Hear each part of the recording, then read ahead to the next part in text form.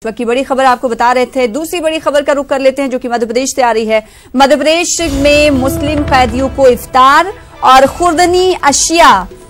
की फराहमी पर रोक लगा दी गई है। इससे पहले आपको बता दें कि जब माह रमजान रहता था तब कैदियों को खुर्दनी अशिया और इफ्तार की सहूलियत मैसर थी। अब रोक लगाए जाने के बाद भोपाल कांग्रेस एमएलए आरिफ मसूद ने बरहमी का इजहार किया है। आरिफ मसूद ने वजीर आला कमलनाथ को इस हवाले से खत भी लिखा है। आरिफ मसूद ने जेल के डीजी पर मुतासिबाना रवैये का इल्जाम भी लगाया है। तो इस वक्त की बड़ी खबर आपको दे रहे हैं। मुस्लिम कैदियों को इफ्तार और खुर्दनी अशिया की फराहमी पर रोक लगा दी गई है, जिसको लेकर बरहमी का इजहार भी किया जाता है। भोपाल से हमारे साथ हमारे नुमाइंदे मेहताब आलम जुड़ चुके। मेहताब आलम, क्या इससे पहले भी होता रहा या पहली बार ऐसा हो रहा है कि मुस्लिम कैदियों को इफ्तार और खुर्दनी अशिया फराहम नहीं की जाएंगी, उन पर रोक लगा दी गई?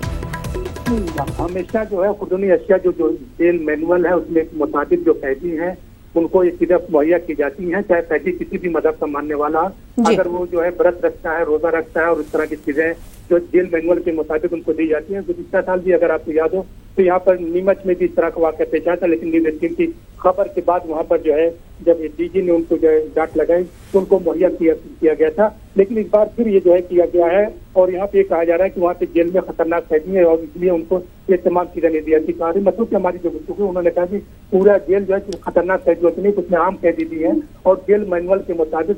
कैदी किसी भी मजहब का मानने वाला है, अगर वो रोजा रख रहा है, व्रत रख रहा है तो उसको तमाम चीजें मिलना चाहिए और जेल मैनुअल के मुताबिक इसका हक होता है। लेकिन वहाँ पे जो है हमने जेल डीजी से जो राब्ता करने की कोशिश की लेकिन उनका फोन नहीं उठा पाया है कि वो क्या इस मामले में कह रहे हैं। लेकिन जिस तरह से ये मामला निकल कर सामने आया है उससे कहीं ना कहीं ये तो डिसाइड होता है कि जो घर के लोग जो मुलाकात के वक्त जाते हैं और उनको ये मौका होता है कि अपने घर के लोग जो वहाँ पे कैदी हैं उनको तमाम चीजें मुहैया करें, उन पर भी रोक लगा दी गई कि बाहर की कोई चीज नहीं जाएगी। अगर बाहर की कोई चीज नहीं जा रही है और जेल में भी जो है 2 दर्जे का 3 दर्जे का खाना मुहैया किया जा रहा है तो एक शख्स जिसको अपना हक है कि अपने मजहब के मुताबिक अपने उसको जो है तमाम चीजों को अदा कर सकता है तो उस पर कहीं ना कहीं जो है उसके जो फंडामेंटल राइट्स हैं उस पर रोक लगती है। यही वजह की जो है आरिफ मसूद ने इस मामले को लेकर न सिर्फ बरहमी का इजहार किया बल्कि चीफ मिनिस्टर को वज़ीर आला कमलनाथ को भी खत लिखा है कि इस मामले में मुदाखलत करें और लोगों को उनका हक मिल सके। जी मेहताब, जिस तरीके से मध्य प्रदेश में गवर्नमेंट कांग्रेस की है और कांग्रेस ने ही इस पर बरहमी का इजहार किया है, कांग्रेस के एमएलए की जानिब से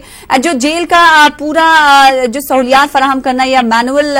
बनाना ये सब रियासती गवर्नमेंट के पास ही होता होगा, रियासती सरकार के पास, तो कहाँ ऐसी चूक रह गई जिसके बाद ये फैसला लिया गया? देखिए मामला यहाँ पर यह है कि यह हुकूमत जरूर जो है यहाँ पे गुज़िश्ता साल दिसंबर में तब्दील हुई है, लेकिन तब्दीली होने के जो है कुछ महीने दिन ही गुजरे थे कि फिर जो है दामते अखलाक पार्लिमानी इलेक्शन को लेकर हो गया और इस तरह से आप कह सकते हैं कि जो गवर्नमेंट ने ठीक तरीके से अपने को संभाला भी नहीं था कि एक के बाद दूसरा दामते अखलाक का निफाज हो गया और वहाँ पर क्या क्या चीजें चल रही हैं, इस तरह की चीजें जो निकल कर सामने अब धीरे धीरे आ रही हैं। चाहे हम उसकी बात करें कि प्रज्ञा के मामले को लेकर जिस तरह से वज़ीर कानून ने कहा कि इसकी दोबारा जांच होगी, इसी तरह से अगर आपको याद हो जब पहला जो असेंबली सेशन शुरू हुआ था उस वक्त भी आरिफ मसूद ने कहा था कि वहाँ पर जेल में जो मामले हैं वो ठीक नहीं है, वहाँ पे मुस्लिम कैदियों के साथ जल्द दर्जे का सुलूक वहाँ पे किया जा रहा है और उन्होंने कुछ लोगों को तबादले की भी बात की। लेकिन मेहताब आलम, सवाल ये उठता है कि सरकार उनकी है, वो तो फैसले जल्द से जल्द ले सकते हैं, हंगामी बुनियाद पर फैसले ले सकते हैं।